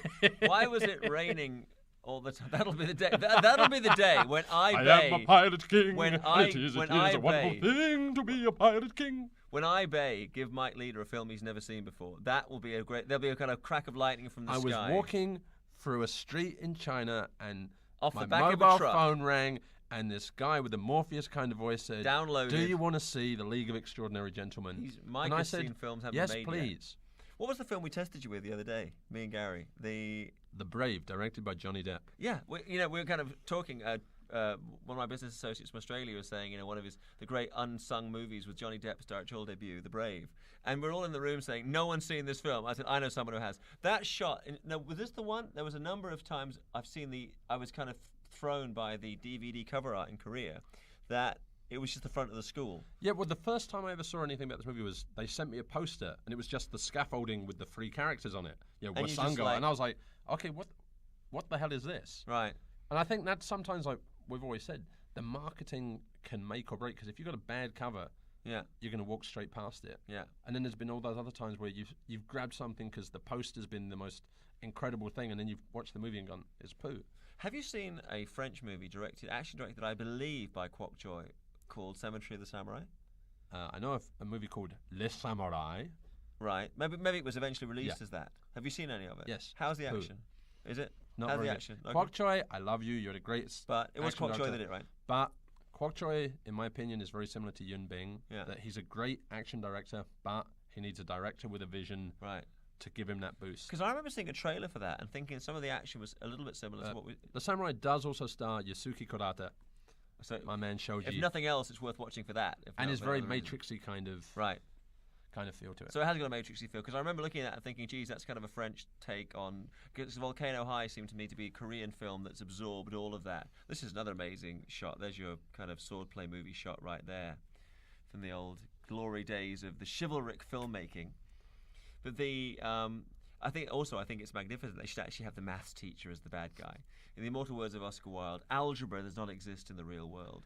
I agree entirely. I mean, I think after the 3rd year of senior school, everything I learned in maths has really been useful. Every shot we see, this guy, kind of crop head, is always in the background. Exactly. And again, back to this. This is obviously that's the Twins Effect Castle, right? Like, And they even got into the warehouse. Actually, it's not. It's the school gymnasium. But does it look like the Lot on Pie warehouse? Exactly. There's a just to kind of enlighten the listeners or viewers. There's actually a warehouse in Lot on Pie where every action film in the history of Hong Kong has shot a scene. At this moment, for about the last 3 years. I think Gen Y Cops was like the first one, right? I don't know. Gen Y. Yeah. The Lost Robin Shue movie. Oh, so many. Hit Team. Yeah. Martial Angels. Go in there, and I remember even going to watch Avenging Fist. We went to see Highlander Endgame, and there was a warehouse. It wasn't the warehouse, but it looked just like the warehouse. One of the problems in Hong Kong is there's never enough locations. So when a location becomes available, for the next few years, everyone will use it until it disappears. So I remember when I saw this movie, I was thinking, oh my god, they got into Lot on Pie. Actually, there was another scene. I think it's in the same set where there's like a music lesson. And there's a deleted scene. The guys playing the piano and they're all singing. Oh, and what was that about? Well, no, that's the music teacher is one of the masters of discipline. Yes, of course. He's getting everyone to sing. Yeah. And then a couple of the guys are coughing, and he goes, you smoke. Yeah. It is illegal for you to be smoking and while then you're he kills at school. them. And he gives them the smoke blockers technique. Oh, my God. But that's is it the same set, I think, that they use for that? Yeah. Or similar location. It's like a big gathering. Because there is that level of discipline. It's like I was saying on, I think, one of the previous commentaries. Yeah. The relationships in Korea are very master and student, teacher and student. Senpai, kohai. It's that real, I'm your senior, you must show me respect. Right. And I can smack you about the head and abuse you. Yeah. So I think I'm lucky that Kazavar and all that just look at me as a goofball. Well, you're a bit tall for them. And they'd have to jump up real high. Oh, that's what they could kick. Kazavar's the man. So how come that generation are not working more behind the camera as action directors now? It's weird because they're kind of a missing generation. There's all the guys like Kazavar, Wong Jun Lee. Everyone knows them, but because Korean films never really did action from say about 1990 to about 1996, 97, action films in Korea almost didn't exist. It was because they were counted as not good at the box office. They couldn't get the budgets for them. So they kind of just didn't work. Before Shiri, nobody believed you could ever do a gunfight in Seoul. Wow. You'd have to go to Incheon or one of the smaller towns. You wouldn't to be do able to logistically get and the audience permission. wouldn't go for You it. just get arrested immediately. It was considered too risky. And then like Shiri sort of opened doors and made people realize we can do it. And there is still that ongoing problem that a lot of Korean action guys are frustrated by, that as soon as somebody announces they're going to do a movie, they announce they're going to bring in a Hong Kong action team. Yeah. Now there she looks awesome. Doesn't she's got she that just? real. Really, they make. She's got that. Just. But she's not very prolific. She's not a big actress in Korea. She's not become a big star. It surprises me because I think this is an awesome debut. But maybe it's the same. You know, I referenced. But then before, I mean, you think so many people. I mean. Yeah. It's hard to follow like, up. look at isn't it? Angelica Lee from Princess D and The Eye. Well, she's done a couple of things though. Yeah, but she's not. She's not super big. You know, you could stop people in the street and a lot of people wouldn't know who she is. Same with Sin Lin from. Yeah, I mean, Sin Lin's just working in China and Taiwan, Taiwan doing TV. doing the stuff there. I like this when he's finally accepting his responsibility. Up, you know, in the end, there can be only one. So there are actually 3 versions of the film: domestic version, international version, and Japanese version. So the Japanese version basically is what? That's the international version. It's the international version with about 10 more minutes from the mainstream version, right? And slightly different special effects and music. Did you see this movie on the big screen with proper sound? Yes, I saw it in Korea the first time, and how are the theatres over there? The sound's good, is it? They're good.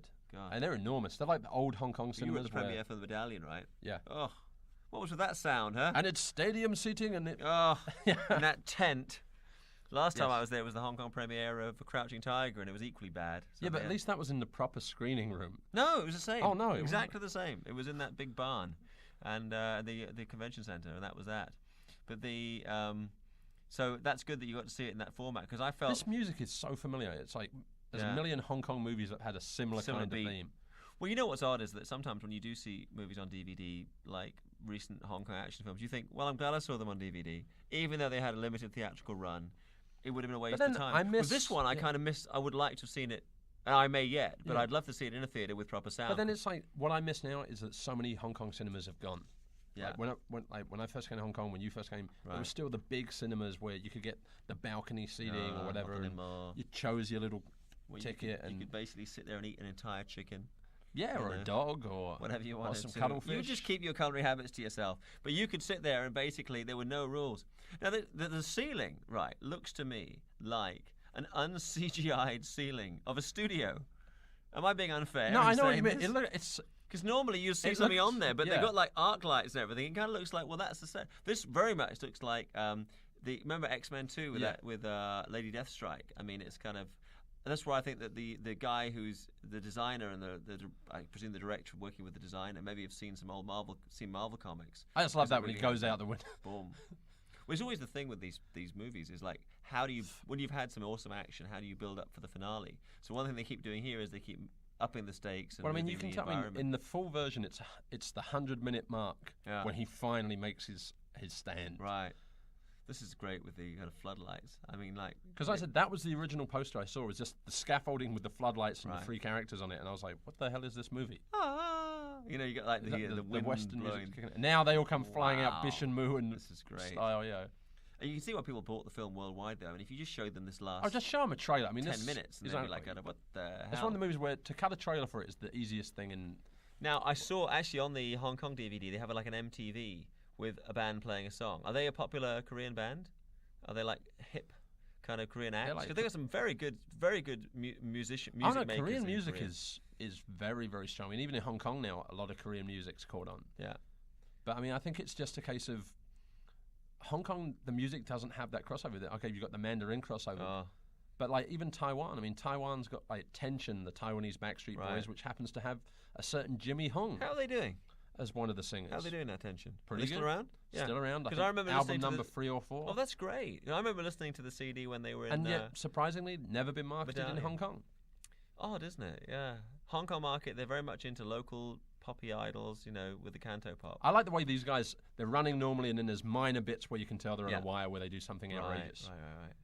But it's just, it's a real Marvel comic. It's kind of like, this is how Story of Ricky's action should have been. Should have been, yeah. Instead of just punching through people and... God. I mean, it's almost a similar thing. You've got the same kind of guys. It's amazing how one person... I mean, it's like, I remember when Julian was working on the Medallion, I said, how come your career didn't go the way you wanted it to do, maybe? And he said, well... Warlock 1 and 2. No, he did Boxing Helena.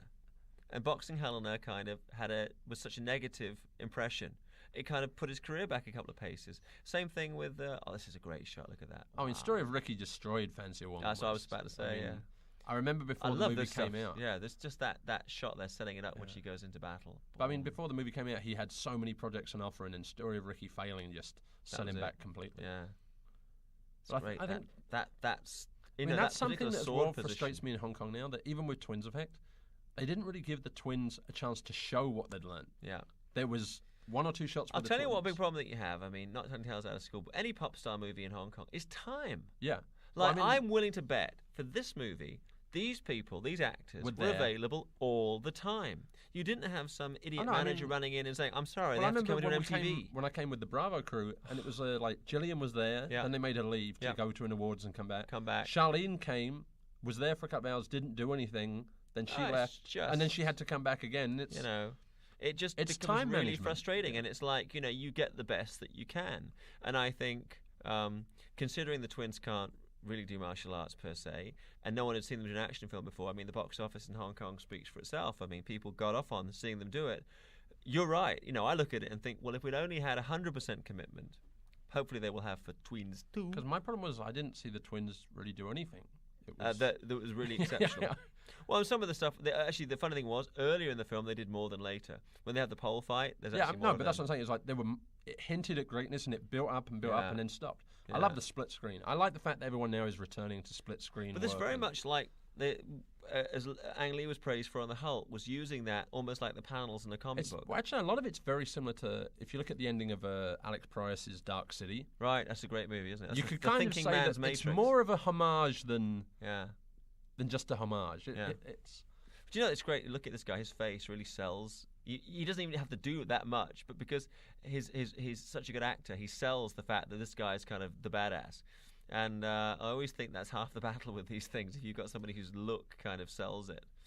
I know, but I think that's the problem people forget, is that you might be the best action actor in the world, but you've got to be able to act or have someone who can react or can make you come across. Why was Wong Jun Lee always so successful? Because he made everyone. He didn't need to do anything, did he? But as a hero, because he was a great villain. But the thing about him was, he didn't actually have to do anything. As soon as Wong Jun Lee kind of walked in and looked at somebody, you're like, you're doomed. You knew he was the baddest of the badasses. So here we are at the like you would have at every high school, you'd have like a big scaffolding and with lights, day spotlights, big banner and what have you, and of course, Cue the Rain. It wouldn't be a martial arts action. See, this way now, will people start claiming, actually, The Matrix is stolen from this moment because it's raining as well? And listen, man, raining, big finale. That's Kurosawa's Seven Samurai. Exactly. That was the one where everybody, I think, at some level of our being, if you're a filmmaker, you've seen it. Kurosawa, I think, is really just by osmosis bled into all of us, and there's so much stuff. If you start analysing, it goes back to him. The whole Peckinpah thing with the slow motion guns. Oh no, exactly. But it's just at the moment, now it's purely stolen from Hong Kong. Yeah, and that's why I always like the fact when Jackie always admits that, people like Brandon Lee stole from him for Rapid Fire, and as he said to me, I stole from everybody before that. Sure. I was like John Woo when he met Vic Armstrong and Vic done the big gunfight in his directorial debut and said to John Woo, I'm sorry. Right, and he said, I'm sorry, we took so much of your stuff, and John Woo says, oh, sorry, no worry, Vic, we were stealing from you for years.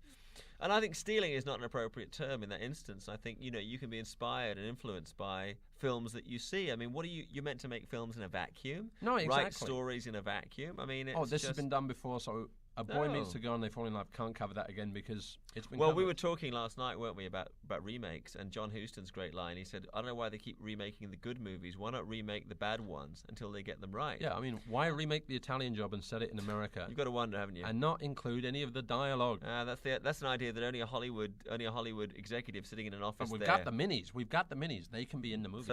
So it'll work, right? Yeah. And now they're re-releasing it at the cinemas again in America because the original one? No, the remake. Because I reckon the timing is better now. Oh please! So Is Michael Caine in there with a cameo?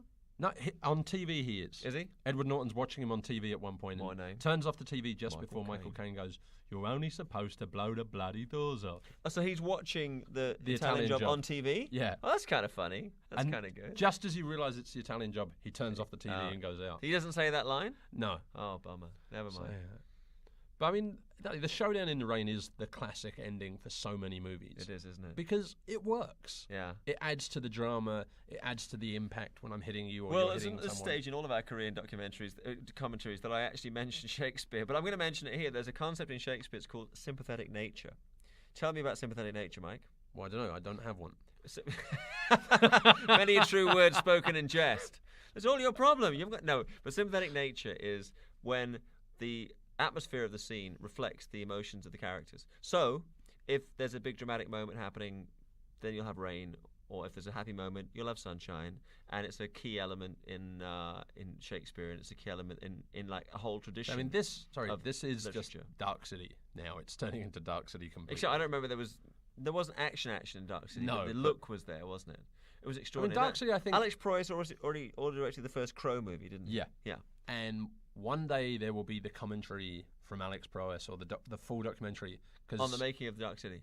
No, on the Crow. On the Crow. Because I'd love to really hear what he had to say about that film. Did he not? He wasn't involved in any of the DVDs subsequently. Seems to be there was some, shall we say, political shenanigans.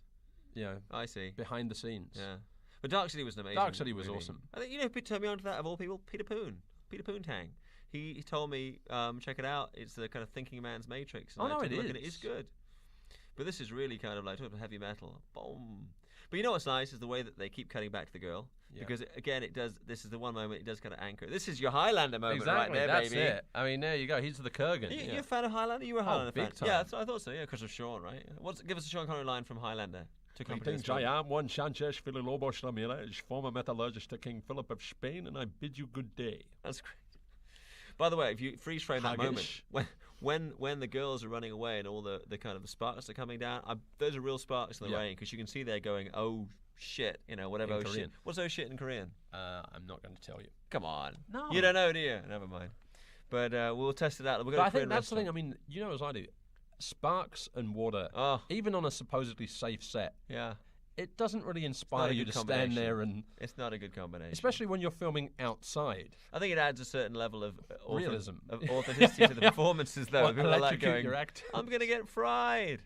Well, I mean, I think it is true because it gives you that genuine, like in Gen X when everyone's running from the explosion, it was a real manic. It's really, and also not much fun to film in those environments. When you're filming in the environment. Well, I think as well, people forget is when you're filming in the rain, it's so much heavier than normal rain. And the clothes. It's chubby rain, in fact. Yeah, that's what I mean. It's heavy. It's more painful. Sometimes even purple rain. Do you remember when Purple Storm was called Purple Rain? Yeah, I do remember that. This is kind of like remember the ending of The Exorcist 2? This was the end of The Exorcist 2 when she comes hovering up. I've never managed to get through the whole of The Exorcist 2. It's pretty because I can't impersonate Richard. They're remaking it, aren't they? They're doing like a prequel. I love this moment just when he starts freezing the molecules and turning into Storm from the X-Men. Yeah, the X-Men wish they had some funky moments like this. Actually, X-Men 2 was pretty good. Rock, didn't it? It worked okay. But I still think some of the visuals here are really just stunning. I don't understand anybody would have any... The one criticism I don't think you could have about this film would be the special effects. Well, yeah, right. I mean, story some of the pacing and the story. Yeah. I mean, I guess you buy in... If you buy into that, this particular milieu, if you buy into this wacky world, then... Fine, that's no problem. If not, and you're just looking at it, okay, visually interesting, but it's hollow. I mean, it's like, to me, something like, say, the end of Twins effect. Yeah. Didn't build, at least with this, they built up to this enormous finale. Yeah, to me, like, say, Twins effect, the ending didn't... Twins is 2 movies in one, so yeah, I mean... It didn't do justice at the ending. This film had evidently a very cohesive vision on the part of the director. Like you say, he wrote the script... waited 5 years for effects technology to catch up, and then he pursued his vision.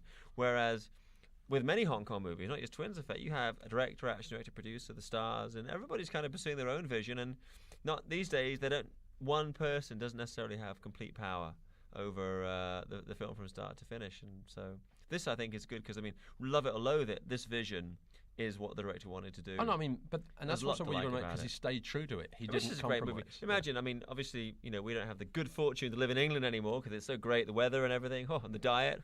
They've had the hottest weather in history. Have the they? Last couple of weeks. It won't last. But anyway, imagine on a Friday night you come in and you kind of a 6-pack and a pizza, and this is a movie that if you're with your mates, there's a lot to like about it because it's a complete no-brainer, and it's also completely divorced from anything that you'll Grange experience. Hill meets the X-Men I wonder if meets the Matrix. I wonder if people in English public schools are going to get to see this movie and go, "Hey, we thought we're suffering, but no." I just like that as well, that he walks up to the villain, doesn't even do anything, and the villain slowly just collapses down into a very deep puddle. The teachers are dead. Who takes over the school for the... Well, you see, that's the whole backstory to the movie, that there were 17 years of feuding sparked by the Great Teachers' Battle. Oh. That the schools have lost control over their pupils. Oh, okay. But there is a legend of a secret manuscript that could save the day. Now you tell us. You should have done that at the beginning, like, the Star Wars scroll.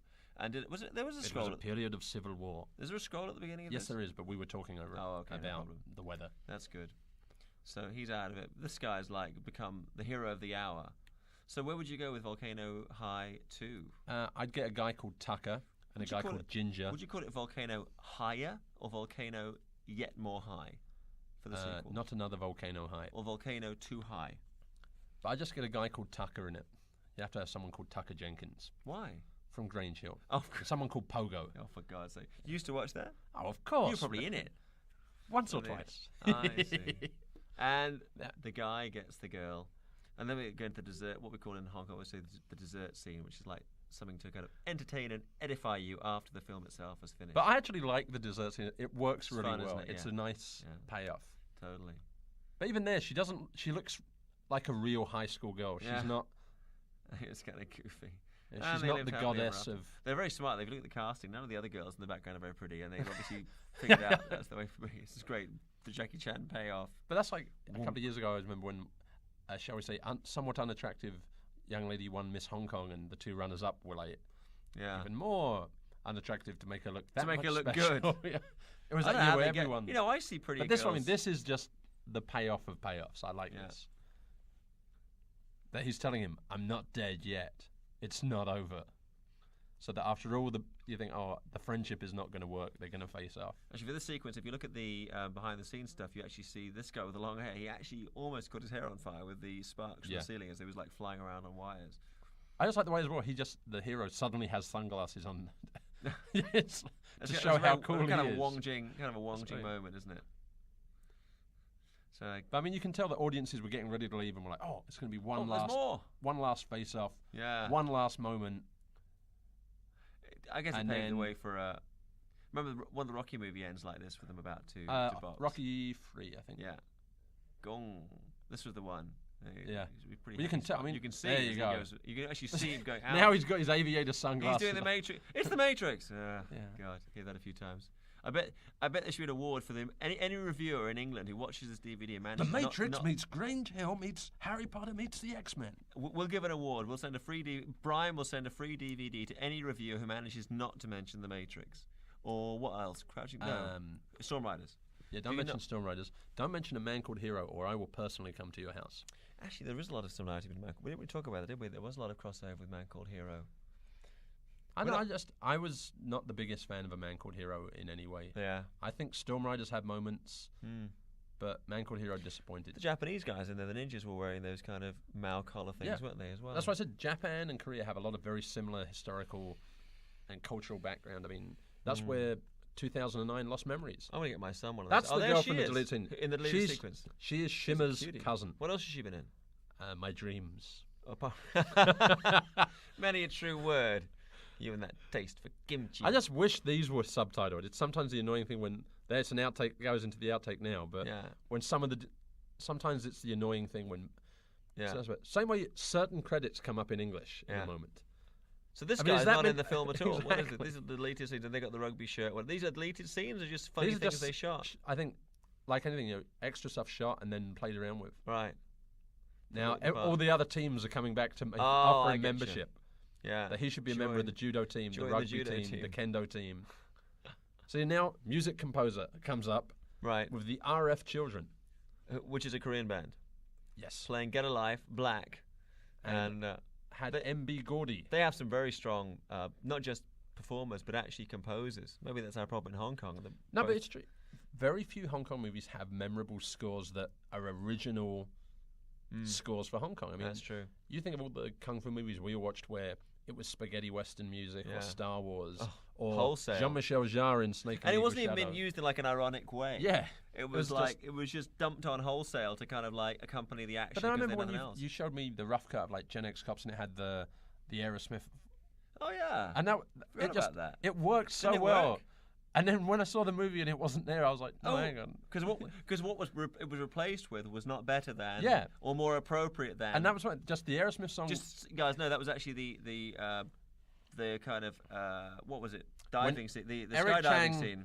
Has made his And fatal what's the parachute song? It's jump. a song from. And it was the Aerosmith Armageddon. Don't want to miss a thing. That's right, and it really worked. Of course, there were some homoerotic tendencies there, but and that's not why I liked them. No, Yeah. Not that there's anything wrong with that. Well, Big Mike, we've come to the end of another narcissism. There you go. That Another- sums it up. If you've mentioned- listened to this DVD commentary, you are a heard some narcissist. So better narcissism than Nazism.